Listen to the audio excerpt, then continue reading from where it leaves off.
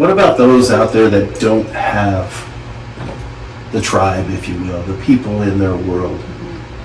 How do they connect with others? How do they find someone that they could trust? So there are so many resources out there and support resources. Here in Christian County, we have a ton. I chair the Christian County Nonprofit Roundtable. Oh yeah. We have over 65 nonprofits. That's crazy.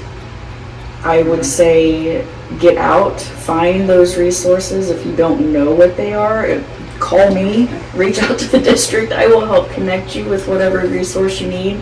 But even if it's find your niche. If it's volunteer work, I think go find something volunteer to do, because you're going to be with, and something you like to do. Don't go do something you don't want to do. Don't do pottery. Pottery. Well, there's 5 minutes at pottery would be the best 2 hours you've had. And then you'll be at it for a month and then years. I've done a session or two with him, and I was more frustrated when I left than I was when I walked in. I'm not good with my hands in pottery, apparently. So you just need to come back a few times. That's all. You got to play with it. I do think you have to, if you can go find something to volunteer to do, that is one of the things that will get you with a group of people, and there will be these natural conversations that occur. You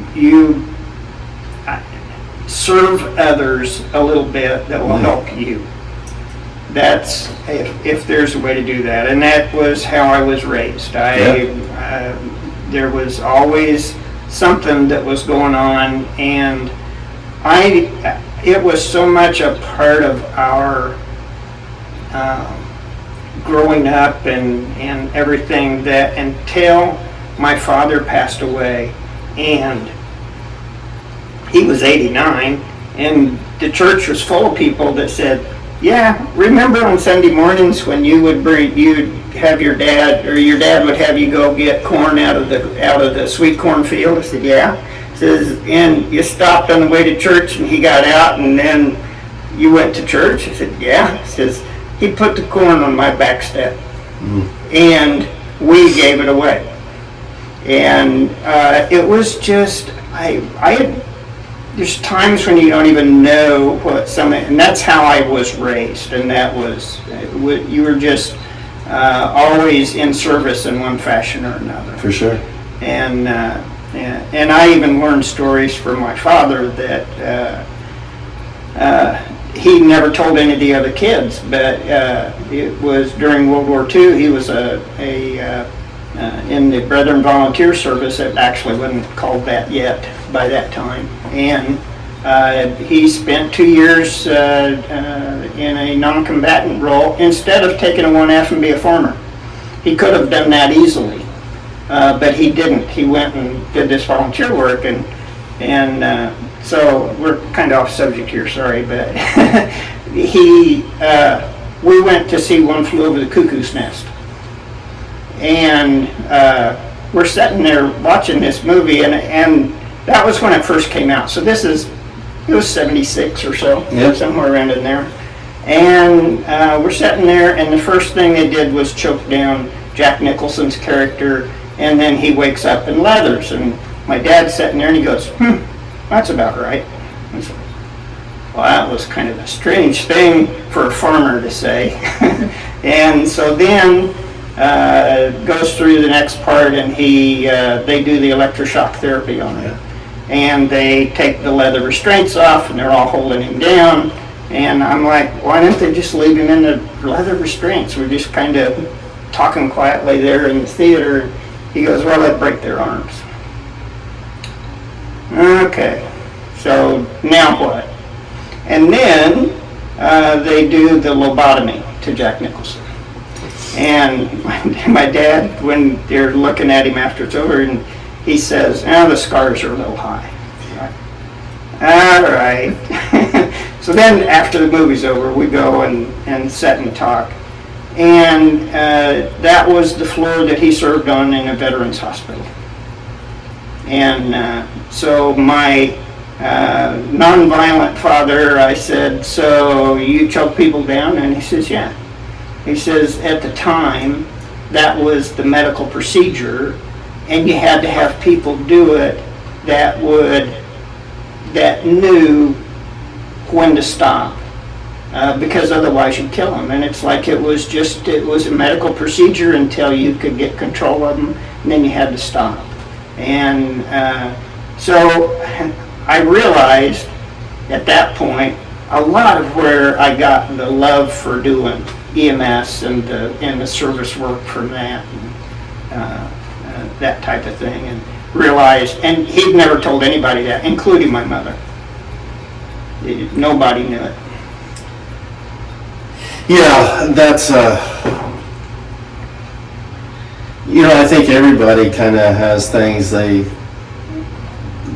don't shout out to the world, but he felt. It was very much like a soldier that has gone through battle and come back and is able to talk to someone that there's a similar experience, that they can talk to that person and not hurt them.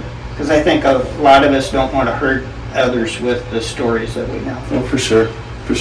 Yeah. So I'm hoping that this, and it'll probably be 2 parts. I'm hoping that this inspires someone, if they're stuck, to reach out. I think volunteering is a good avenue of building relationships. Yeah. Making connections when you don't have that inner circle that's strong. This morning we had a huge breakthrough been working with a veteran. He was in the system where he didn't live with his parents. He lived with different people through the course of his life, up through his teen years. Really never had a home, if you will, that he felt was home. And when we met this family, he did get married, but they were having just a world of struggles, and he had a bad experience with the VA. So I met him, we fast forward, just building those relationships and connections. And so I reached out to, actually, Hank. I said, Hank, who do you got right now that you're working with that we can get these 2 connected? So we got him connected, and he was going through some processes today down at the VA in Branson, which is only going to benefit what we're hoping will happen. Right. And so, but it takes time sometimes. Yeah. It takes effort. Yeah. When people are going through stuff, you got to walk with them sometimes, don't you? Yes. Well, I'm so grateful, David, that you were here. Thank you.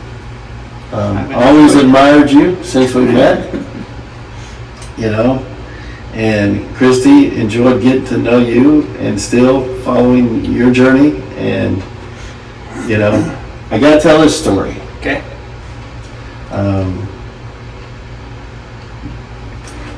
I was working at a convenience store I went through a military divorce, right? So I was working at this convenience store to make part-time money, Sure. a little extra bucks to pay child support and all this stuff. And got to know this family. They were like just a couple houses over. And I worked there about maybe 3 days a week, and found out their house had burnt down. And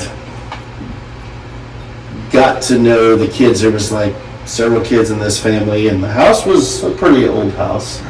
Those old houses, they seem to go quicker than, but it was a bad situation.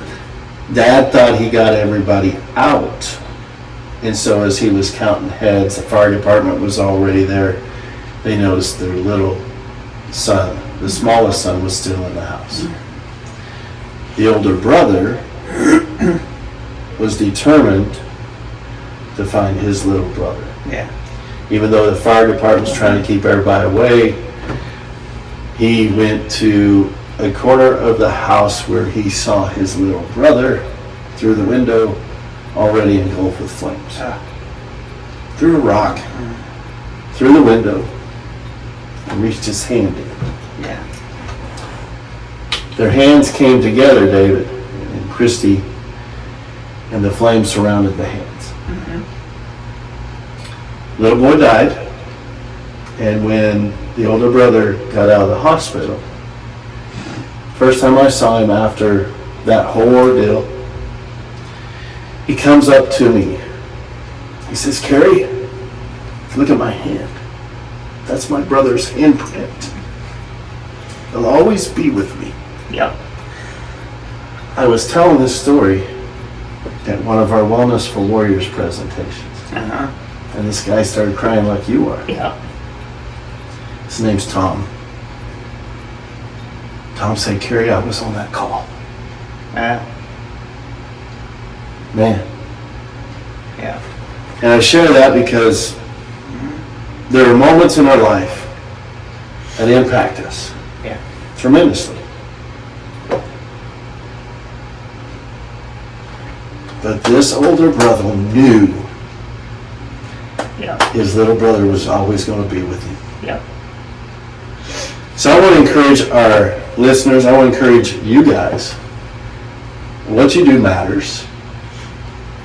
You do make a difference. I'm grateful that you have healthy ways to engage with situations that come up. You know, I just want to encourage you, keep doing that. Yeah. And our community is better because of people like you. You know, I'm so grateful that our paths crossed. You know, I was telling Christy it's actually because of her sister. Yeah. You know, sure. Across the hall. Yep. But it's been worth it. Yeah. So thanks for being here, David and Christy. Thank you. Yeah. Thank you for having us. And we'll get this out. Looking forward to the end result. Hopefully, You bet. when I play it, it'll be sound. With any luck. Yes. All right. Well, thanks for watching. We'll see you all later. And don't forget to rise and thrive.